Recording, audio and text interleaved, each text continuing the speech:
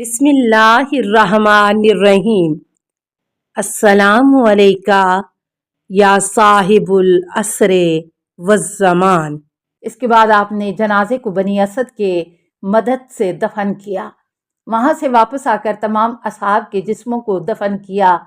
جس وقت وہ اجنبی شخص اپنے گھوڑے پر سوار ہو کر واپس جانے لگا، بنی اسد نے اس کا دامن تھام لیا اور پوچھا، آپ کو انہی پاک شہداء کا واسطہ ہمیں بتائیے کہ آپ کون ہیں؟ سوار نے فرمایا، میں علی ابن الحسین ہوں۔ میں اس لیے آیا تھا کہ جس میں حسین اور تمام شہیدوں کو دفن کروں۔ اب میں ابن زیاد کے قید خانے میں واپس جا رہا ہوں۔ تم لوگوں کا شکریہ، ہمارے مصائب پر بےتابی نہ کرو۔ مالی السبتین جلد 2 صفحہ 70 تا 77۔ واضح رہے کہ شہداء کی لاشیں 13 محرم کو دفن ہوئیں۔ کوفہ میں مصائب اہل بیت۔ واضح رہے کہ کوفہ اپنی چند خصوصیات کی بنا پر اہل بیت کے مصائب کے لیے بہت حساس بن گیا تھا۔ نمبر 1، لگ بھگ 5 سال تک یہاں حضرت علی علیہ السلام نے حکومت کی تھی۔ یہاں فرزندان علی رہے تھے اور ایک دوسرے سے شناسائی تھی۔ زینب کبریٰ سلام اللہ علیہا یہاں خلیفہ کی بیٹی کی طرح تھیں۔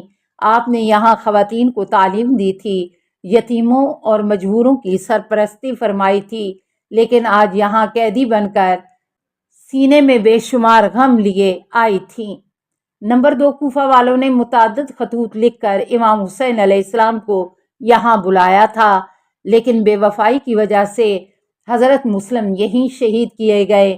بجائے اس کے کہ امام حسین علیہ السلام یہاں تشریف لاتے، آپ کا سر مقدس نیزوں پر بلند کر کے لایا گیا۔ نمبر 3، ابن زیاد نے فتح کے باجے بجوائے تھے۔ ایک خارجی نے خروج کیا تھا، اس کے مردوں کو قتل کیا گیا اور عورتوں اور بچوں کو اسیر کر کے لایا گیا ہے۔ بنابراین لوگوں کو جشن کامرانی منانا چاہیے، ایک دوسرے کو مبارکباد دینا چاہیے۔ دشمن کے شماتت کا زخم دوسرے زخموں سے زیادہ اثر انگیز تھا، جس سے اہل بیت متاثر ہوئے۔ ان باتوں کی روشنی میں مصائب اہل بیت کوفہ میں دوسری ہی نوعیت اختیار کر چکے تھے۔ ان میں سے بعض کی طرف اشارہ کیا جاتا ہے۔ نمبر 1، بیرون کوفہ ٹھہرایا گیا۔ عمر سعد نے 11 محرم کو بعد ظہر امام سجاد اور دیگر حرم نیز بچوں کو قید کر کے کوفہ چلنے کا حکم دیا اور اہل حرم کو 40 اونٹوں پر سوار کیا گیا۔ جس وقت یہ قافلہ کوفہ پہنچا، سورج ڈوب چکا تھا، اس لیے حکومت کے حکم کے مطابق طے پایا کہ کوفہ کے باہر رات بسر کرے، دوسرے دن کوفہ میں وارد ہوں، تاکہ ظالم حکمرانوں کو اس فتح سے اچھی طرح سیاسی فائدہ اٹھانے کا موقع مل سکے۔ کوفہ کے باہر کچھ خیمے نصب کیے گئے۔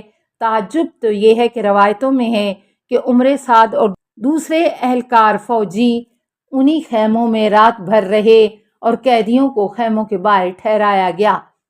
فوجیوں کے لیے بھرے برتنوں میں کھانا لایا گیا۔ ان کھانوں کی خوشبو قیدیوں کو محسوس ہو رہی تھی۔ اہل بیت علیہ السلام کے بچے بھوکے پڑے رہے، انہیں کھانا نہیں دیا گیا۔ مالی السبتین جلد 2 صفحہ 96۔ اسرار الشہادت دربندی۔ ام کلثوم کا مرثیہ۔ ابن زیاد نے 1000 سپاہیوں کو شہر کوفہ کی نگرانی پر متعین کیا۔ وہ شہر کے تمام علاقوں میں پھیلا دیے گئے تاکہ امام حسین علیہ السلام کے اہل حرم کوفے میں آئیں تو کوئی شورش پیدا نہ ہو۔ 12ویں تاریخ آ گئی، شہداء کے سروں کو نیزوں پر بلند کیا گیا، انہیں قیدیوں کے آگے رکھا گیا تھا۔ راوی کا بیان ہے کہ میں حج سے واپس کوفہ آیا، میں نے دیکھا کہ تمام شہر میں تعطیل ہے۔ مجھے بتایا گیا کہ اسیران کربلا کوفے میں وارد ہونے والے ہیں۔ ابن زیاد کا لشکر ڈھول اور باجے بجا رہے تھے۔ ہر طرف سے ہاؤ ہو کی صدائیں سننے میں آ رہی تھیں۔ اسی درمیان میری نظر امام حسین علیہ السلام کے سر پر پڑی۔ میں تڑپ اٹھا، گریہ گلوگیر ہو گیا۔ ناگہان امام سجاد علیہ السلام کو دیکھا کہ وہ بے کچاوا اونٹ پر سوار ہیں۔ آپ کی ران سے خون ٹپک رہا تھا۔ اس درمیان ایک خاتون کو دیکھا، پوچھا یہ خاتون کون ہیں؟ جواب ملا یہ حضرت علی علیہ السلام کی بیٹی ام کلثوم ہیں۔ میں نے سنا وہ کہہ رہی تھی یا اہل الکوفہ غزو ابصارکم انا اما تستحون من اللہ ورسولہ ان تنظروا الی حرم رسول اللہ وہن من وہنا حواسرا۔ اے اہل کوفہ اپنی آنکھیں بند کر لو، ہماری طرف مت دیکھو۔ کیا تمہیں خدا اور رسول سے شرم نہیں آتی کہ حرم رسول خدا کی بے پردگی کا تماشا دیکھ رہے ہو؟ یہ قیدی دروازہ بنی خزیمہ پر ٹھہر گئے۔ اسی درمیان ام کلثوم کی نظر اپنے بھائی کے سر کی طرف گئی۔ وہ غم کی شدت سے گریباں چاک کر کے یہ اشعار پڑھنے لگیں۔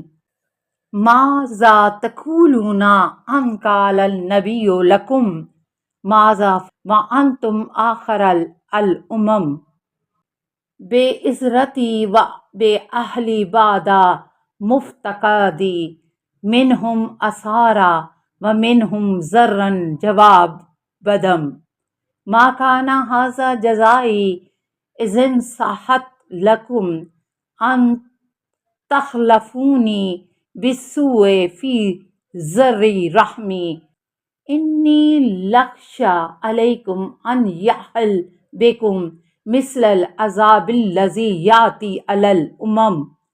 تم کیا جواب دو گے جب رسول خدا تم سے پوچھیں گے کہ تم نے میری اطرت اور اہل بیت کے ساتھ میرے بعد کیا سلوک کیا، جبکہ تم آخری امت ہو؟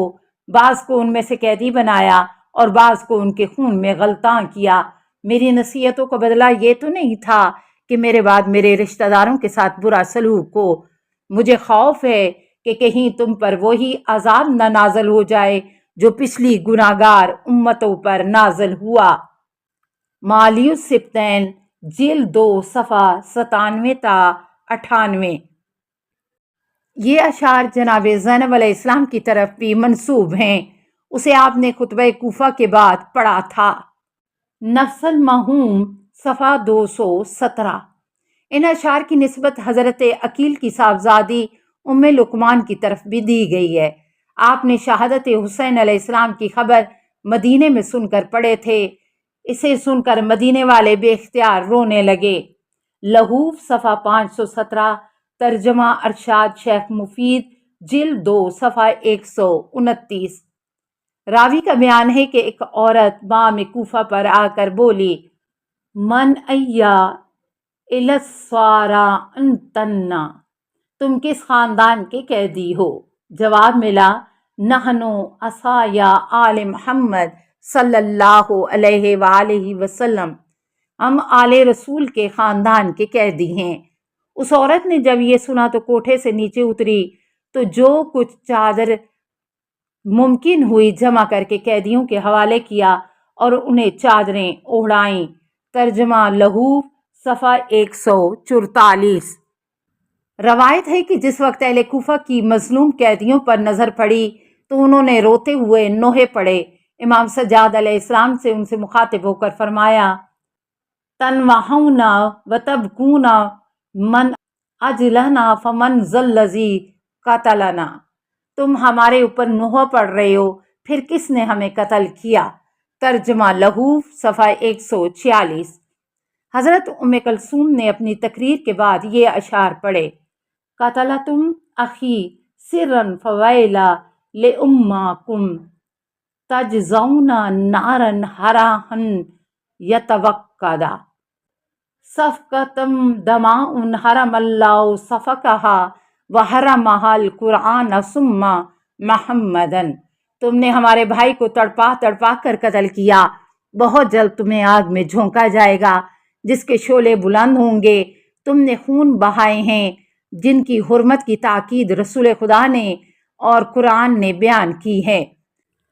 السلام علیکہ یا صاحب العصر والزمان، الامان الامان الامان من فتن الزمان، السلام علیکہ یا خلیفۃ الرحمن، السلام علیکہ یا امام الانس والجان، السلام علیکہ یا مظہر الایمان، السلام علیکہ یا شریک القرآن، السلام علیکہ یا قاطع البرہان، السلام علیکہ یا امام زماننا ھذا اجل اللہ فرجک وسہل اللہ مخرجک وظہور کا، السلام علیکہ ورحمۃ اللہ۔